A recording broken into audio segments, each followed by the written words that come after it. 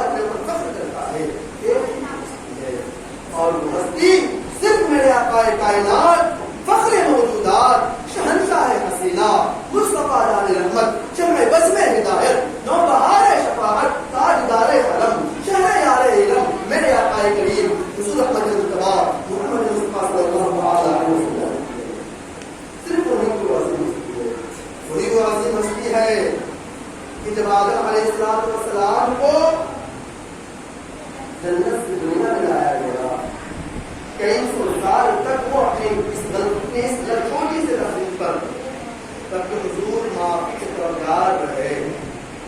جب معافی نہ ملی ایک چیز یاد آئی، ایک بات یاد آئی. وہ بات کیا تھی کہ میں نے جنت کے اوپر، میں جنت کے اندر درخت کے پتوں پر ان کا نام دیکھا ہے. جنت کے محلات کے دروازے کے اوپر ان کا نام دیکھا ہے. وہ صرف ایک ہی ہستی ہمیں ملتی ہے، اور صرف ایک ہی ہستی ملتی ہے کہ جن کا نام رب العالمین کے نام کے فوراً بعد آ جاتا ہے. آدم علیہ السلام و تسلیم سوچتے ہیں کیوں نہ اس عظیم نام کی برکت سے دعا کی جائے، کیوں نہ اس عظیم نام کی برکت سے دعا کی جائے. جس نام کی برکت سے آدم کی دعا قبول ہوتی ہے وہ میرے آقا کریم کی ذات ہے. حضرت آدم جاتے جاتے اپنے بیٹے کو جن سے محبت کرنے کا درس دیتے ہیں، جن سے وفا کا درس دیتے ہیں، جن کے بعد جن کی محبت کرنے کا درس دیتے ہوئے جاتے ہیں، تو میرے آقا کریم کی ذات ہے. وہ عظیم ذات کی جو نعمت حضرت موسیٰ کو چاہ کر نہ ملی تھی، وہ جس عظیم ہستی کو بغیر چاہے ہوئے مل جاتی ہے، میرے آقا کریم کی ذات ہے. یونس کو مچھلی کے پیٹ سے، مچھلی کے پیٹ کی حفاظت جس کے صدقے میں ہوتی ہے، وہ میرے آقا کریم کی ذات ہے. عیسیٰ جاتے جاتے نام بتاتے جاتے ہیں اور ان کے جوتے کے قسمیں باندھنے کی تمنا رکھتے ہیں، وہ میرے آقا کریم کی ذات ہے.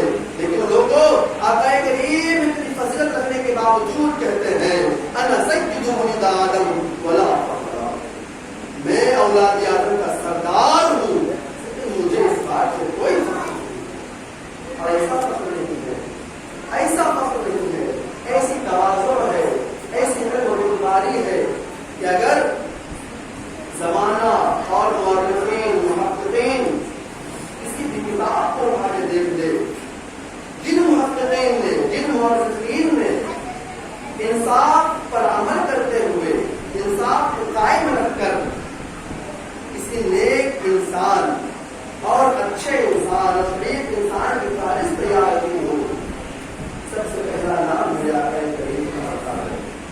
اگرچہ لکھنے والا کافر ہی کیوں نہ ہو، ایک عیسائی ہے، اس نے ایک کتاب لکھی ہے 100%، گریٹ 100%، 100 عظیم شخصیات. اس کو عیسائی ہے، وہ اپنے نبی کا بھی نام لکھتا ہے، حضرت عیسیٰ کا بھی نام لکھتا ہے، اور بڑے بڑے لوگوں کا نام لکھا ہے تو اس کو سمجھ میں آیا. لیکن عیسائی ہونے کے باوجود میرے آقا کریم کے کردار میں اسے مجبور کیا کہ اس نے 100 آدمی میں سب سے پہلے اس آدمی کو رکھا ہے، اس انسان کو رکھا ہے، اس شخصیت کو رکھا ہے، اس عظیم ذات کو رکھا ہے. تو حضرت عیسیٰ علیہ السلام کو تصدیق نہیں ہے، بلکہ میرے آقا کریم صلی اللہ علیہ وسلم، آقا کریم صلی اللہ علیہ وسلم ان تمام شانوں کے باوجود میرے آقا کریم کی رحمت کا معاملہ یہ ہے کہ آقا کریم کی رحمت سے صرف جانور کو استفادہ نہ کرنا تھا، جانور میں فائدہ نہ اٹھانا تھا، بلکہ کیونکہ جانور اسی وقت انسان سے اسی وقت فائدہ اٹھاتا نا جب آقا کریم انسانوں کے لیے رحمت بن کے آتے، یا صرف مسلمانوں کے لیے رحمت بن کے آتے نہیں. رب العالمین اپنے بارے میں جب کہتا ہے تو کہتا ہے الحمدللہ رب العالمین، تمام تعریفیں اللہ کے لیے جو تمام کائنات کا رب ہے.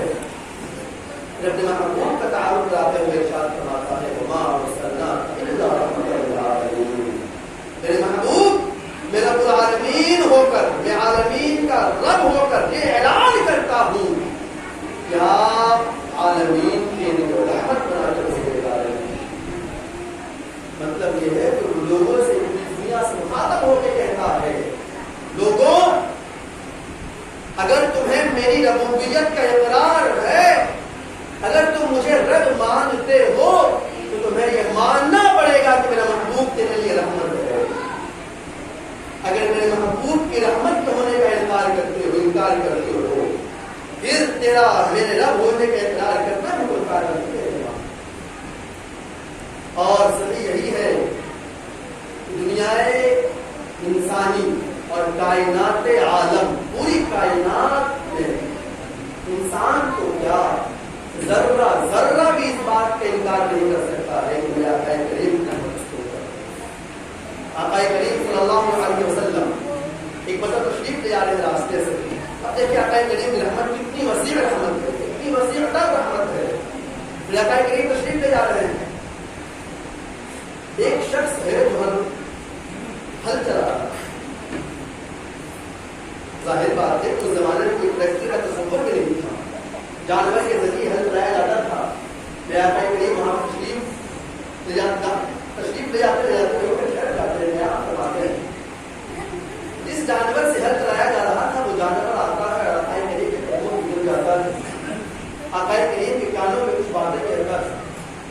جانور کو اتنا یقین ہے کہ کوئی بات سمجھے نہ سمجھے محبوب سمجھے ہوئے، لیکن ہم انسان ہیں جو ابھی بھی یہی کہتے ہیں کہ یہاں سے کیا ملنے والا ہے. جانور کو یقین ہے، اس لیے وہ کہا کرتے ہیں کہ جو آقا کریم کی بارگاہ میں اپنی مدعا پیش کرنے سے گریز کرے، گھبرائے، اپنی بات پیش کرنے سے گھبرائے، وہ جان لے کہ انسان ہو کر بھی جانوروں سے بدتر ہے. انسان ہو کر بھی جانوروں سے بدتر ہے. وہ جانور آتا ہے آقا کریم کے کانوں میں کچھ کہتا ہے. آقا کریم کی رحمت کیا عجیب ہے نا. کوئی جانور ہل چلاتا ہو میرے پاس تصور ہے کہ کوئی جانور ہل چلا رہا ہے، اس کے پاؤں میں کتنی مٹی لگی ہوئی ہے، اس کے چہرے کتنے گرد غبار سے بھرے پڑے ہوں گے. ہم اپنے ہاتھ کو اس تک نہ لے جاتے. میرا آقا کریم کے کانوں کو اس کے قریب کر دیتے ہیں. تصور کریں کو کتنا عظیم ہے. کانوں کو قریب کر دیتے ہیں. کچھ باتیں کہتا ہے جانور، کوئی جانور بڑھ جاتا ہے. آقا کریم صلی اللہ علیہ وسلم اس شخص کو ڈھول چلا رہے جو بلاتے ہیں اور کہتے ہیں ایسا کرو کہ یہ جانور ایسا کرو کہ یہ جانور یہ نہیں کہتے تم ایسا کرتے ہو، تم ایسا کرو. یہ بولے آقا ہے، آنے والا غلام ہے. آقا کریم کی سیرت کا پہلو بتا رہا ہوں. آقا کریم کی سیرت یہ بھی ہوتی، یہ بھی صحیح ہوتا کہ اس آدمی کو بلا کے کہتے ہیں کہ آدمی ہو بیوقوف ہو کیا، دماغ سے پیدا تو نہیں کہ جانور سے اتنا کرواتے نہیں. آقا کریم فقط اتنا کہتے ہیں ایسا کرو کہ جانور مجھے بیچو. وہ غلام کی سب تر منظر اتارنے کو تیار ہو کہتا ہے حضور بیچنے کی بات پوری کی ہے، اگر حکم آپ کا ہو تو ایسے تحفے میں ملے گی. لیکن معاملہ یہ ہے کہ میرے گھر والے اور میرا گزارا صرف کسی ایک جانور کے سہارے ہوتا ہے. اب قربانی بھی دیکھیے، اس صحابی کی قربانی بھی دیکھیے. بندہ ایک غریب ہے، صرف ایک جانور سے سہارا کرتا ہے، صرف زندگی گزارنے کا ایک ہی سہارا ان کے پاس ہے. پھر بھی یہ جذبہ ہے کہ حضور آپ کہیں تو تحفے میں پیش کر دوں، قیمت گنا دوں.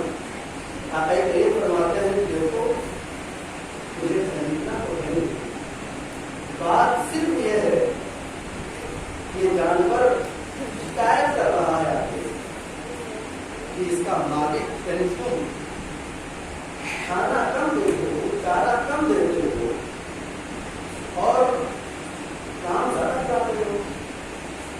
کھانا کم دیتے ہو اور کام زیادہ کراتے ہو. ایسا نہ کیا، ایسا نہ کیا کرو.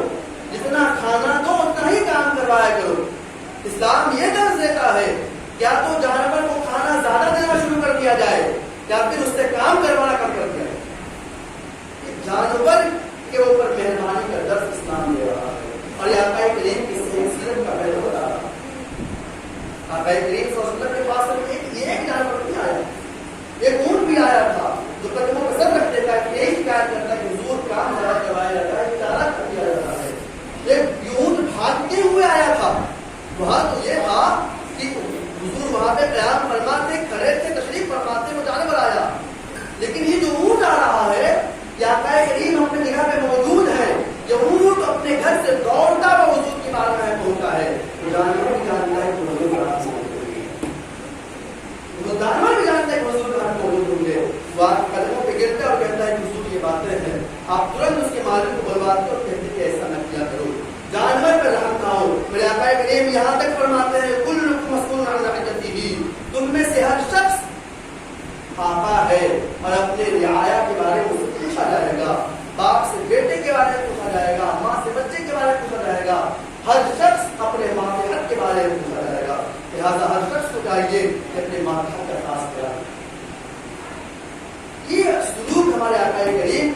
کردار آقا کریم ایک جانور کے ساتھ رہا ہے.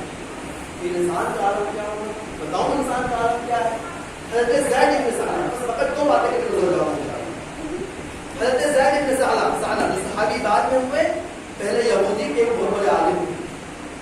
آقا کریم صلی اللہ علیہ وسلم سے انہوں نے کھجور خریدے.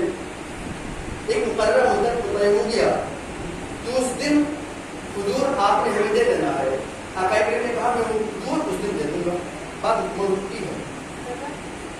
کسی وجہ سے آقا کریم صلی اللہ علیہ وسلم وہ کھجور اس دن دے نہیں پا. زید بن ثعلبہ جو اس وقت مسلمان نہیں ہوئے تھے، آقا کریم کی بارگاہ میں آتے ہیں اور کہتے ہیں اے محمد صلی اللہ علیہ وسلم، تم عبد المطلب کی اولاد کا یہی حال ہے کہ تم وعدہ کرتے ہو اور مکر جاتے ہو، اپنے وعدے پہ قائم نہیں رہتے. اور صرف یہی نہیں، راوی بیان کرتے ہیں کہ جو کچھ ہو سکتا تھا زید بن ثعلبہ سے، جو کچھ ہو سکتا تھا حضور کی شان میں نازیبہ کلمات کہہ چکے. حضرت عمر وہاں پہ کھڑے ہیں. حضرت عمر کہتے ہیں زید بن ثعلبہ اپنی زبانیں بند کرو، تم نہیں جانتے رسول کائنات کے بارے میں تم یہ باتیں کہہ رہے ہو. اپنی زبانیں بند کرو. آنکھیں ٹرچی کر کے بڑے غصے والے انداز میں باتیں کہتے ہیں. آقا کریم غصہ زید بن ثعلبہ پہ نہیں ہوتے. آقا کریم عمر سے کہتے ہیں عمر تمہیں تو یہ چاہیے تھا کہ تم مجھے کہتے کہ حضور جلدی سے حضور دے دیجیے اور اس سے کہتے کہ جلدی سے بات کرو. تو ہم دونوں کا کہنا اس طرح معاملہ صاف کراتے. تم کو غصہ ہونے کا کیا حق ہے؟ تم غصہ کیوں ہو گئے؟ عمر میرا حکم یہ ہے کہ تم جاؤ اور فوراً جو حضور جو طے ہوا ہے وہ دے دو اور کچھ بڑھا کے دو اور کچھ بڑھا کے دو. ایسے عمر کہتے ہیں زید بن ثعلبہ کے پاس اور زید بن ثعلبہ سے کہتے ہیں کہ وہ حضور نے بھیجا ہے. زید بن ثعلبہ کہتے ہیں کہ عمر جانتے ہو میں کون ہوں؟ عمر کہتے ہیں ہاں میں جانتا ہوں. تم زید بن ثعلبہ یہودی کے ایک بڑے عالم ہو. زید بن ثعلبہ کہتے ہیں ہاں میں ایک بڑا عالم ہوں، لیکن یہ بتاؤ کہ جتنی کھجوریں میں نے خریدنی تھی وہ تو ٹھیک ہے مجھے مل رہے ہیں، لیکن یہ زیادہ کیوں؟ یہ زیادہ کیوں ہے؟ آقا کریم کا کردار ایک کافر کے ساتھ کیا ہے وہ دیکھیں. ابھی مسلمان نہیں ہوئے ہیں. زید بن ثعلبہ ابھی کافر تھے، ان کے ساتھ آقا کریم کا یہ برتاؤ تھا کہ آقا کریم نے جتنی کھجوریں طے ہوئی تھی اس سے زیادہ بھیجا ہے. حضرت زید بن ثعلبہ کے پوچھنے پر عمر فرماتے ہیں کہ میں نے تھوڑی سی نگاہ ٹیڑھی کر کے آنکھیں ٹیڑھی کر کے تم سے بات کر رہی تھی نا، اس کے عوض آقا کریم نے زیادہ کھجور بھیجے ہیں تاکہ تمہاری دل جوئی ہو جائے. زید